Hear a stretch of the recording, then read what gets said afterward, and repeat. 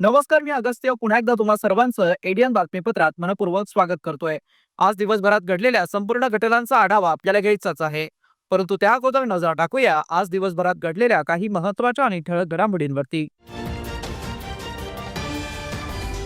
सरसकट कर्जमाफीसाठी महाविकास आघाडीचा एल्गार, छत्रपती संभाजीनगरात भर पावसात रास्ता रोको।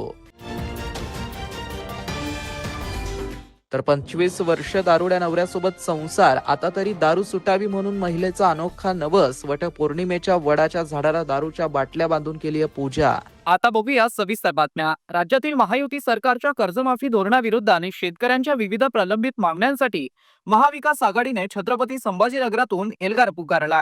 शेतकऱ्यांना विनाअट आणि सरसकट कर्जमाफी मिळवून देण्यासाठी राष्ट्रवादी काँग्रेस शरदचंद्र पवार पक्षाचे युवा नेते आमदार रोहित पवार यांच्या नेतृत्वाखाली केंब्रिज चौकात सोमवारी भर पावसात एल्गार अन्नदात्याचा हे महाआंदोलन छेडण्यात आलं। भर पावसातही मवियाच्या नेत्यांनी आणि हजारो कार्यकर्त्यांनी सरकार विरोधात दिलेल्या प्रचंड घोषणाबाजीने संपूर्ण परिसर दणाणून सोडला होता।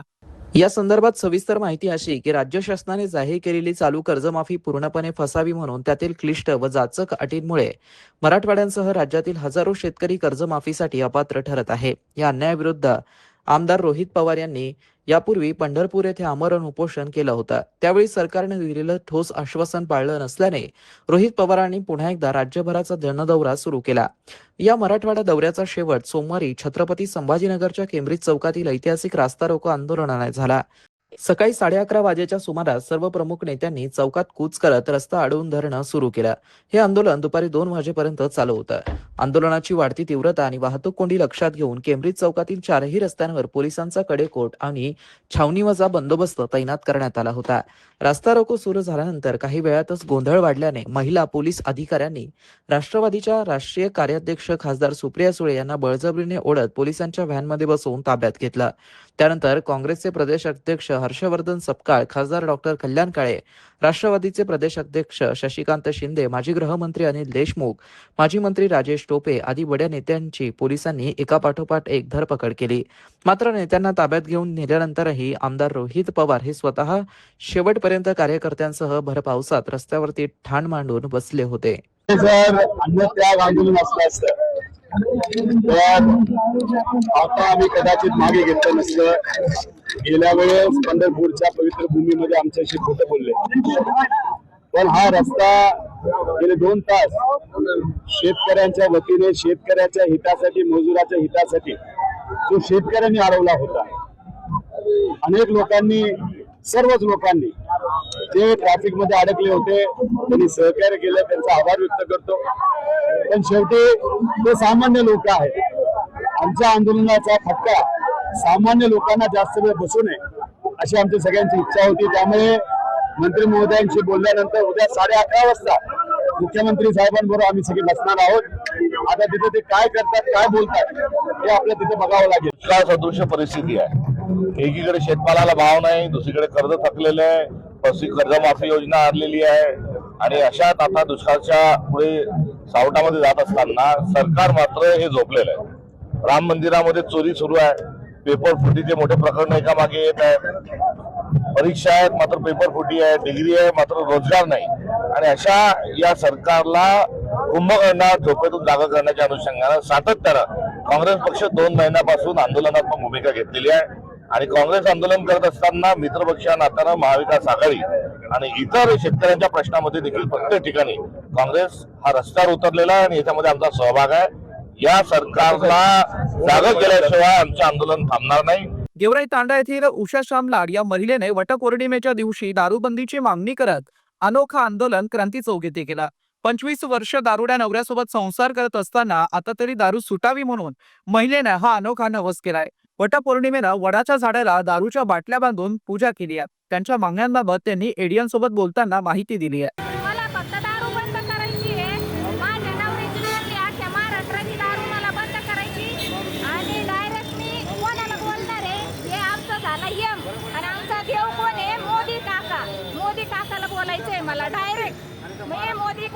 बोलल्याशिवाय इथून उठणारच नाही. तुमचा नवरा दारू पित होता का? होता नाही, पिलेला आहे. आता जाऊन पहा घरी. अजूनही पितो? हो, पिलेला आहे. 5:30 वाजता माणूस पितो आणि आला नवर दारू इकती, सरळ दारू इकती. पोलीस लोक काय करते, तांड्यामध्ये घरोघरी दारू आहे. 4-10 घरं सुटले तर घरोघरी दारू आहे. पोलीस लोक काय करते, हा विचारायला गेलं म्हणजे आमच्या तुमच्या नवऱ्याला आम्ही बोलायला येतो का? काय करू लागली ही जनता? मग पोलीस लोक काय करते, मला त्यांना बी दोष नाही द्यायचा आहे. पोटासाठी लोक करते, पण 5 वाजल्यापासून दारू देतात का? सकाळी 5 वाजता? सकाळी माझा नवरा 5 वाजता दारू पिलेला आहे. कवर दम धरणार आहे. माझं लेकरू 12वीला आहे. अभ्यास काही नसतो त्याला. किती वर्ष झाले लग्नाला? 26 वर्ष पूर्ण, 26वा चालू आहे. 2000 मध्ये लग्न झालेलं आहे माझं. मी आता इथून उठणारच नाही. आणि आता मला कोणी पण करणार नाही. या असं आंदोलन करावं असं तुम्हाला कसं माझ्या वाटतं? मनाने जे सुचलं मी ते बरोबर करते. मी त्याच्यावर केस करून पाहिली, देव करून बघितला, सगळीकडे नेलं. जिथं दारू सुटती तिथं नेलं. त्या माणसाला फरक पडत नाही आणि इतकं घाण शिव्या देतो, गलिच्छ शब्दात बोलतो. आज मला काय म्हणे माहिती का, हे वडाला जाऊ नको म्हणे, 7 जन्म मला मागू नको, मी तुला या जन्मात कंटाळू. म्हणजे मी त्याला ऍडजस्ट करते, तो मला सांग म्हणे. वेरूळ येथे 12वे ज्योतिर्लिंग श्री कृष्णेश्वर महादेवाच्या दर्शनासाठी आलेल्या अलिबाग आणि कोकण भागातील महिला भाविकांनी वेरूळ परिसरात आज पारंपरिक उत्साहात वटसावित्री उत्सव साजरा केला. पतीला दीर्घायुष्य लाभावं आणि 7 जन्माचा सोबती म्हणून हाच पती पुन्हा मिळावा या श्रद्धेने महिलांनी स्थानिक वडाच्या झाडाला सुताचा दोरा गुंडाळून 7 फेरे मारत भावपूर्ण पूजा केली आहे. कृष्णेश्वर दर्शनाच्या निमित्ताने मुंबई आणि अलिबाग भागातून महिलांचे काही गट वेरूळ येथे आले होते. योगायोगाने याच दिवशी वटपौर्णिमेचा सण असल्याने या महिलांनी प्रवासात असूनही आपल्या परंपरेत खंड पडू दिला नाही. वेरूळ येथील एका पुरातन वडाच्या झाडाखाली एकत्र येत सर्व महिलांनी मनोभावे पूजा अर्चा केली. पर्यटन आणि परंपरेचा अनोखा संगम झालाय. महिलांनी मागितलंय पतीला दीर्घायुष्य. एरवी आपल्या भागात वटपौर्णिमा साजरी करणाऱ्या महिलांसाठी महादेवाच्या नगरीत हा सण साजरा करणं अत्यंत भाग्यकारक ठरलं. वडाच्या झाडाला दोरा बांधताना महिलांचा उत्साह ओसंडून वाहत होता. कृष्णेश्वराच्या दर्शनाने मिळालेला आनंद आणि वटसावित्रीच्या पूजेचं पुण्य अशा दोन्ही भावना महिलांच्या चेहऱ्यावरती स्पष्ट दिसत होत्या. आम्ही कृष्णेश्वर दर्शनासाठी अलिबागवरून आलो होतो. आज वटपौर्णिमा असल्याने आम्ही इथेच वडाच्या झाडाची पूजा केली. महादेवाच्या दारात पतीच्या दीर्घायुष्यासाठी प्रार्थना करण्याचं भाग्य आम्हाला मिळालं, याचा खूप आनंद आहे, अशी भावना एका महिला भाविकाने व्यक्त केली. प्रवासात असूनही महिलांनी दाखवलेली ही श्रद्धा आणि सांस्कृतिक जपवणूक सध्या वेरूळ परिसरात आणि सोशल मीडियावरती कौतुकाचा विषय ठरत आहे. आम्ही ट्रिपसाठी बाहेर आलोत. इथे वटपौर्णिमा आहे आज, म्हणून ते आम्ही वडाला फेऱ्या मारतोय.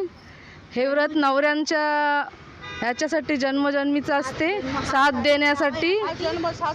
7 जन्मी नवरा हाच राहावा म्हणून असते. काय नाव आहे तुमचं? नाव सांगितलं, कुंदिनी मिलिंद सुरेकर. राहायला कोण गाव? आम्ही अलिबाग मुंबईचे, कोकण साईडचे. आज तुम्ही इकडे फिरायला आले होते का? हा, आमचं 10 दिवसाचं ट्रॅव्हलिंग आहे. 3.5 हा, आम्ही फिरणार म्हणजे 3 दिवस झालेत आमच्या आता. गच्छेश्वर मंदिराच्या दर्शनाला आले होते? हा, घृणेश्वरचं मंदिरचं दर्शन घेतलं आता. आता आम्ही भद्रा मारुती बघायला जाणार. बीबिका मकबऱ्यात मित्रांसोबत आलेल्या तरुणीचा आक्षेपार्ह व्हिडिओ व्हायरल केल्याची घटना घडली असून व्हिडिओ व्हायरल करणाऱ्या तरुणावरती गुन्हा दाखल करण्यात आलाय. पुढील तपास बेगमपुरा पोलीस करत आहेत. मित्रासोबत बीबिका मकबरा येथे फिरण्यासाठी गेलेल्या 21 वर्षीय तरुणीचा आक्षेपार्ह व्हिडिओ व्हायरल केल्याप्रकरणी आरोपीवरती बेगमपुरा पोलीस ठाण्यात गुन्हा दाखल करण्यात आलाय. सागर रणजित राठोड, राहणार धामणगाव, तालुका खुलताबाद, जिल्हा छत्रपती संभाजीनगर यांनी फिर्याद दिली आहे. तरुणीने दिलेल्या फिर्यादीनुसार तरुणी व आरोपी 2 वर्षांपासून ओळखीचे आहेत. काही महिन्यांपूर्वी तरुणी आरोपीसोबत बीबिका मकबरा पाहायला आली होती. यावेळी फिर्यादी व आरोपी गळ्यात गळे घालून बसलेले असताना आरोपीने व्हिडिओ काढला. काही दिवसांनी आरोपीने फिर्यादी तरुणीला फोन करून माझ्याशी बोल, नाहीतर त्या प्रसंगाचा व्हिडिओ व्हायरल करण्याची धमकी दिली. मात्र त्यावेळी फिर्यादीने त्याला त्यावर फोनवर बोलून असं सुनावलं होतं. मात्र त्यानंतर 27 जून रोजी सकाळी 8च्या सुमारास तरुणीच्या भावाला आरोपीने शेअर केलेला व्हिडिओ व्हॉट्सअपवर दिसून आला. बदनामी केल्याप्रकरणी बेगमपुरा पोलीस ठाण्यात गुन्हा नोंद करण्यात आलाय आणि पुढील तपास सध्या सुरू आहे. शहरवासियांना एक सुवर्ण संधी. तुम्ही एखादा व्यवसाय करताय का? मग एडियनवरती जाहिरात करा आणि मिळवा व्यवसायात मोठा फायदा. तर वाट कसली बघत आहात? आताच खाली दिसत असलेल्या नंबरवरती संपर्क करा. आपल्याला अजूनही काही बातम्यांचा आढावा घ्यायचा आहे, परंतु इथे वेळ झाली आहे एका छोट्याशा ब्रेकची. कुठे जाऊ नका, पाहत रहा एडियन न्यूज.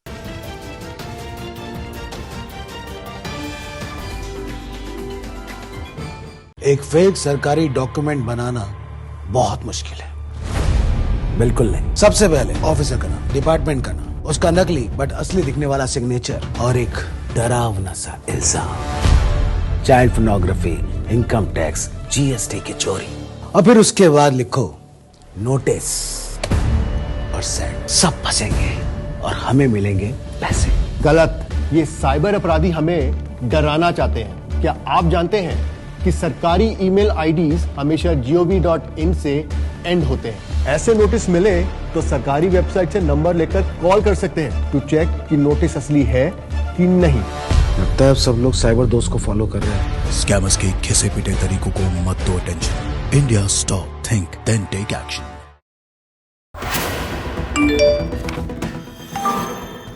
शाम तक आपकी बिजली कट जाएगी। क्यों?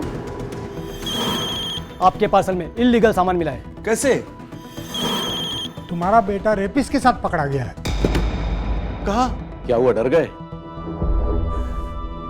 अब ये जो कहेंगे मान भी जाओगे। बेटे को फोन किया? नहीं। आपका यही डर साइबर अपराधियों की ताकत है। सावधान रहें, ऐसे किसी भी अपराध की जानकारी तुरंत 1930 पर दें या इस वेबसाइट पर जाएं।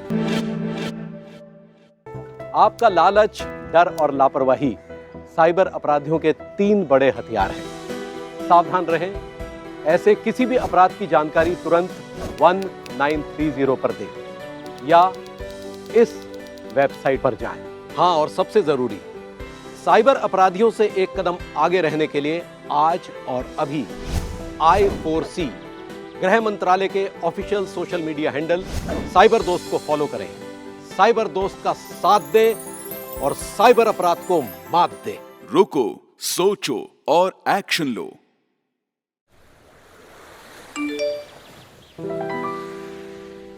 Ma'am, your pre approved loan. अच्छा, लॉटरी। इस लिंक पर क्लिक करते ही तुरंत पैसे मिल जाएंगे। बिल्कुल मैम। अरे वाह, मेरा पैसा डबल हो जाएगा। जी बिल्कुल मैम। जागिए मैडम, ये लुभावने और लालच भरे ऑफर्स ही हमारी कमजोरी है और इन साइबर अपराधियों की ताकत। आपका लालच, डर और लापरवाही साइबर अपराधियों के 3 बड़े हथियार हैं। सावधान रहें, ऐसे किसी भी अपराध की जानकारी तुरंत 1930 पर दें या इस वेबसाइट पर जाएं।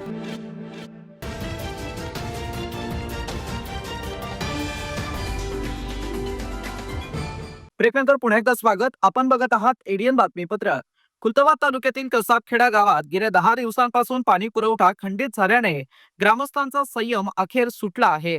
पाणी वाचून हैराण झालेल्या गावकऱ्यांनी आज थेट ग्रामपंचायत कार्यालय गाठून ग्रामविकास अधिकारी यांना घेराव घातला आणि पाणी प्रश्नासह गावातील इतर सोयी सुविधांवरून प्रश्नांची सरबत्ती करत प्रशासनाला धारेवरती धरलं। सध्या ग्रामपंचायतीवरती प्रशासक म्हणून सरपंचांची नियुक्ती आहे। या गंभीर परिस्थितीची जाणीव करून देण्यासाठी गावकऱ्यांनी थेट सरपंच यांच्या पतींशी फोनवरून संपर्क साधला व त्यांना तात्काळ ग्रामपंचायतीमध्ये येण्यास सांगितलं। मात्र मी कामात आहे असं कारण सांगत त्यांनी आपली जबाबदारी झटकल्याने गावकऱ्यांमधील संताप अधिकच वाढला। यावेळी ग्रामसेवक जनार्दन अदाने यांना गावकऱ्यांनी पाणी कधी सुरळीत होणार असा जाब विचारला। त्यावर उत्तर देताना ग्रामसेवकांनी सांगितलं की येत्या 2 ते 4 दिवसात पाणी पुरवठा सुरळीत करण्याचे प्रयत्न सुरू आहेत। महावितरणकडून वारंवार विद्युत पुरवठा खंडित होत असल्याने गावाला पाणी देणं शक्य झालं नाहीये। आता आम्ही महावितरणाच्या अधिकाऱ्यांना लेखी पत्र देऊन वीज पुरवठा सुरळीत करण्याची मागणी करणार आहोत। करोडोंची राष्ट्रीय पेयजल योजना ठरली आहे पांढरा हत्ती। 15,000 लोकसंख्येला एकच मोटार आहे। खुलताबाद तालुक्यातील कसाबखेड गावाचा पाण्याचा प्रश्न कायमचा सुटावा यासाठी 2017 आणि 18 मध्ये राष्ट्रीय पेयजल योजना मंजूर करण्यात आली होती। या योजनेअंतर्गत जलकुंभ, मुख्य जलवाहिनी आणि विहिरीचं काम पूर्ण करण्यासाठी करोडो रुपयांची उधळपट्टी करण्यात आली। मात्र दुर्दैव असं की आज तागायात या योजनेचा गावकऱ्यांना कोणताही थेट फायदा झाला नाहीये। गावाची लोकसंख्या तब्बल 15,000च्या घरात असतानाही विहिरीवर केवळ एकच मोटार बसवण्यात आली आहे। ही एकमेव मोटार जर बिघडली तर संपूर्ण गावाला पाण्यापासून वंचित राहावं लागतं। करोडो रुपये खर्चूनही गाव तहानलेलंच राहिल्याने या योजनेच्या निधीचा गैरवापर झाल्याचा आरोप नागरिक करत आहे। ग्रामपंचायत दुसऱ्या मजल्याची गरज नव्हती, 10 लाखांचा ड्रेनेज झाला असतं, माजी सदस्यांनी हा आरोप केलाय। गावातील या ढिसाळ कारभारावरती ग्रामपंचायतीचे माजी सदस्य शेख अन्सार यांनी अत्यंत गंभीर आरोप केलेत। शेख अन्सार यांनी सांगितलं की मी अनेकदा ग्रामपंचायतीमध्ये गावाच्या मुख्य विकास कामांवरती चर्चा करण्याचा प्रयत्न केला, मात्र मी एकमेव विरोधी सूर काढणारा सदस्य असल्याने सत्ताधाऱ्यांनी बहुमताच्या जोरावर मनमानी कारभार केला। ते पुढे म्हणाले की सध्या ग्रामपंचायतीला दुसऱ्या मजल्याची अजिबात गरज नसतानाही तब्बल 10 लाख रुपये खर्च करून त्या कामांना मंजुरी देण्यात आली आणि काम सुरू केले गेलं. माझा या निरुपयोगी कामाला तीव्र विरोध आहे. हेच 10 लाख रुपये जर गावातील अर्धवट राहिलेल्या ड्रेनेजच्या कामांसाठी वापरले असते तर नागरिकांचे आरोग्य सुधारले असते. मात्र जनतेच्या पैशांची अशी उधळपट्टी सुरू आहे. एडीएनसाठी तालुका प्रतिनिधी हुसेन पटेल, खुलताबाद. पानी होगा, ये गोल्डन सिटी में पूरा चिक्कड़ हो गया, बच्चों को स्कूल में आने के लिए रास्ता नहीं है। तो आज तुम अभी ग्राम सेवक को मिलने को आए कि ग्राम सेवक साहब ने क्या बोले आपको? ग्राम सेवक साहब आए यहाँ, वो बोले सरपंच को बुलाओ, सरपंच को फोन लगाए, सरपंच बोलो वो मल्ले में है। फिर हमने करना क्या? पानी कितने दिन से नहीं आ रहा? पानी 8-10 दिन लग रहा पानी आने। हालांकि 3 बावड़ी खोदी हुई है पानी की। अच्छा, तुम्हारे वार्ड के हद तक ही नहीं आ रहा है कि पूरे गाँव में नहीं आ रहा? पूरे गाँव में ऊपर से आ रहा है। नहीं, सब गाँव में 8-10 दिन का फरक होके आ रहा। सर, यांच्याविषयी असं आहे, गावाला पाणी पुरवठा करण्यासाठी आपल्याकडे एकच विहीर असल्यामुळे जलजीवनचं काम चालू आहे. ते पूर्ण झाल्यानंतर रुटीन येऊन जाईल. पण आता सध्या जे आहे ना, आपण जे 8 दिवसाचा गॅप चालू होता, लाईनच्या प्रॉब्लेममुळे पाण्याचा गॅप होत आहे आणि थोडं पाणी पुरवठा उन्हाळ्यामुळे कमी झालेला आहे. आता या 8 ते 10 दिवसामध्ये मी स्वतः उभं राहून सनी हा गॅप 4 ते 5 दिवस राहण्याचा प्रयत्न करतो. क्या प्रॉब्लम है पानी का? जी, पानी का प्रॉब्लम है कि 8-8 दिन 10-10 दिन हो जाते हैं पानी आने को, और ये गांव बड़ा होने की वजह से एक टाँकी पूर्ति नहीं गांव को, इसलिए पूरे गांव वालों का अड़चन है कि और एक टाँकी होना, ये 4 दिन में पानी आना, 3 दिन में पानी आना। अभी कितने दिन में पानी आता है? 8 दिन, आज का 9वां दिन होगा। कुछ लाइट को प्रॉब्लम चल रहा है? अभी थोड़ा, अभी तो 8 दिन 9 दिन से थोड़ी प्रॉब्लम चल रही। प्रॉब्लम ये है क्या, लाइट चल जा रही और कर्मचारी 2 दिन छुट्टी पे था, कोई साफ पानी नहीं आया, और जिम्मेदार जो है वो ध्यान देने का उनका कोई काम ही नहीं है। प्रशासक जो भी, और उसके पहले भी जो थे उनका भी दिलचस्पी नहीं है कुछ काम किया ऐसे। बस इलेक्शन आया था कि समझो चुन के आया था कि उनका थोड़ा सा बताते, बाद में फिर किसको कोई लेन देन नहीं है गाँव से। और गाँव के लोग भी बेचारे, अगर 8 दिन भी पानी नहीं आया तो एकदम खामोश रहते। आज समझो ऐसा लगा 4-5 साल के बाद में आज बोलने को आए।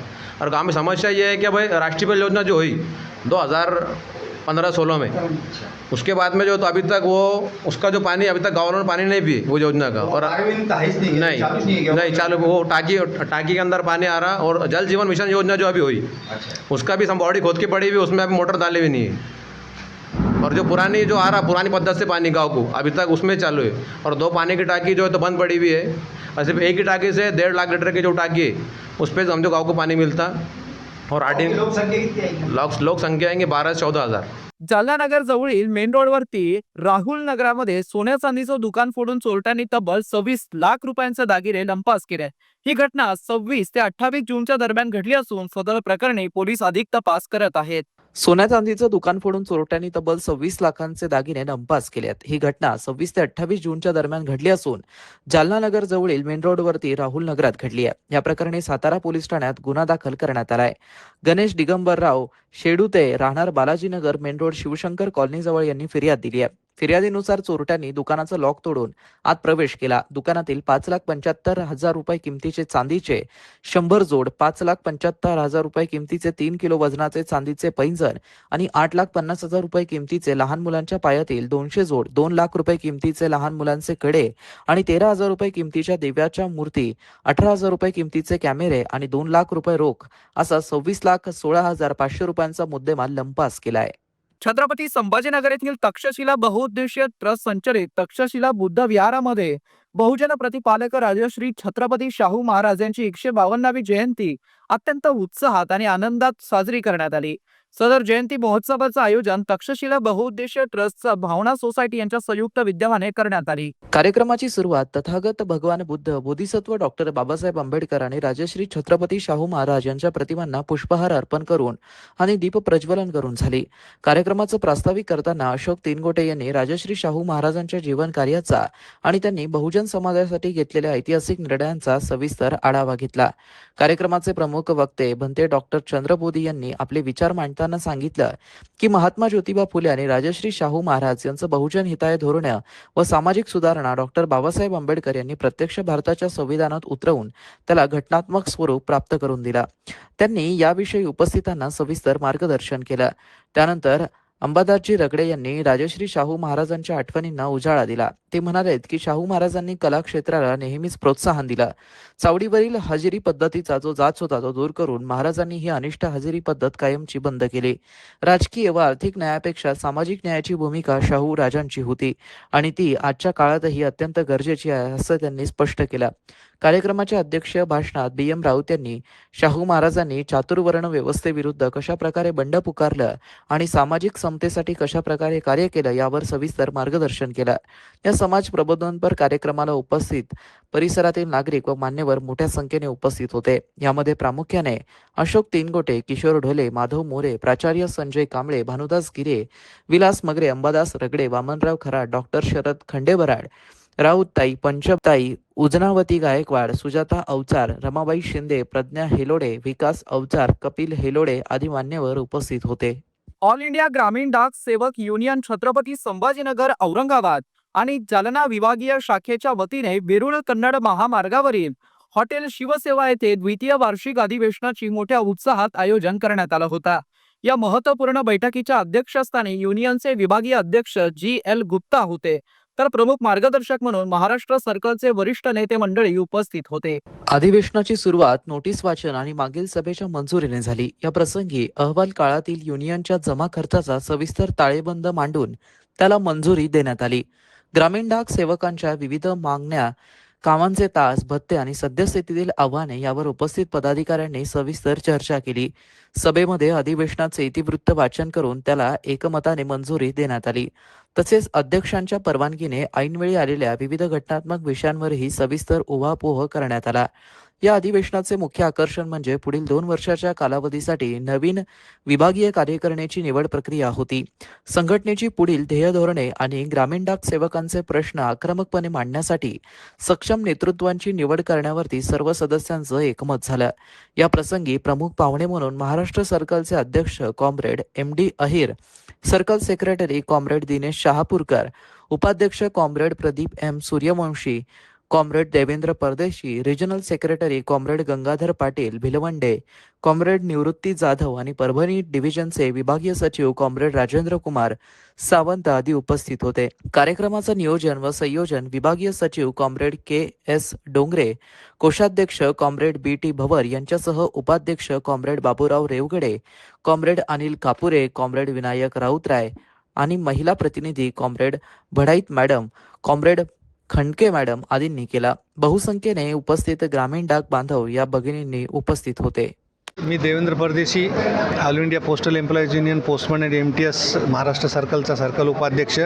या ठिकाणी ऑल इंडिया ग्रामीण डाक सेवक संघाचं छत्रपती संभाजीनगर विभागाचं द्विवार्षिक अधिवेशन होतं. या अधिवेशनामध्ये बऱ्याच विषयावरती चर्चा झाली आणि बऱ्याच विषयावरती ठराव मंजूर करण्यात आले. नवीन कार्यकारिणीची निवडसुद्धा 2 वर्षासाठी करण्यात आली. त्यामध्ये अध्यक्ष परत एकदा GL गुप्ता आणि सचिव डोंगरे यांची निवड करण्यात आलेली आहे. या सर्वांचं मी आमच्या संघटनेतर्फे त्यांना हार्दिक अभिनंदन करतो. पुढील कार्यासाठी त्यांना शुभेच्छा देतो.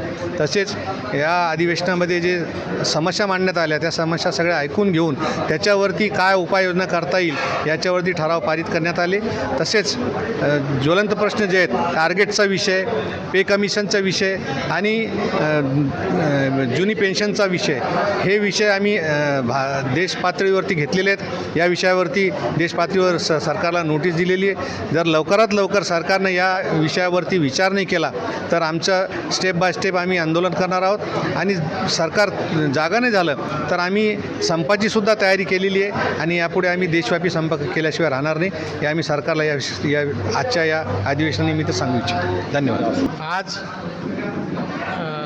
संभाजीनगर येथे द्विवार्षिक अधिवेशन झाले आणि त्या अधिवेशनात आमच्या P4चे रिजनल सेक्रेटरी परदेशी साहेब, तसंच आमच्या रिजनलचे भिलवंडे साहेब, तसंच आमचे सर्व पदाधिकारी या ठिकाणी येणारं जे पे कमिशन आहे त्या पे कमिशनवर गव्हर्नमेंटनं जे ग्रामीण डाक सेवक आहेत त्यांना वगळण्यात आलं आहे आणि त्यांना सांगितलं का बाबा नवीन कमिटी वगैरे नेमा, तर ते रद्द करावं असं त्याविषयी झाला आमचा. आणि येणारे जे काही टार्गेट आहे, टार्गेट इतकं सक्तीचं आहे का अक्षरशः लोकांची आत्महत्या करायपर्यंत त्यांची गेली. तर गव्हर्नमेंटनं त्याच्यावर पण विचार करावा असं आमच्या या मिटिंगमध्ये ठरलं गेलं आहे. आणि समजा सरकारनं ते जर मान्य नाही केलं तर पुढं तीव्र आंदोलन करू असा इशारा आम्ही सर्व संघटने मिळून देण्यात आला आहे. पुढं सरकारनं आमची जी काही मागण्या आहेत किंवा आमच्या जी काही दखल आहे ती न घेतल्यास पुढं जे येणारा काळ आहे किंवा पुढं जे येणारा एक त्याला सामोरे जावं लागेल. शेवटी पुन्हा एकदा नजर टाकूया आज दिवसभरात घडलेल्या काही महत्त्वाच्या आणि ठळक घडामोडींवरती. सरसकट कर्जमाफीसाठी महाविकास आघाडीचा एल्गार, छत्रपती संभाजीनगरात भर पावसात रास्ता रोको. तर 25 वर्ष दारुड्या नवऱ्यासोबत संसार, आता तरी दारू सुटावी म्हणून महिलेचा अनोखा नवस. वटपौर्णिमेच्या वडाच्या झाडाला दारूच्या बाटल्या बांधून केली पूजा. आणि याबरोबरच हे बातमीपत्र इथेच संपलं. पुन्हा भेटूया पुढील बातमीपत्रात. तोपर्यंत पाहत रहा आपल्या हक्काचं बातमीपत्र ADN न्यूज.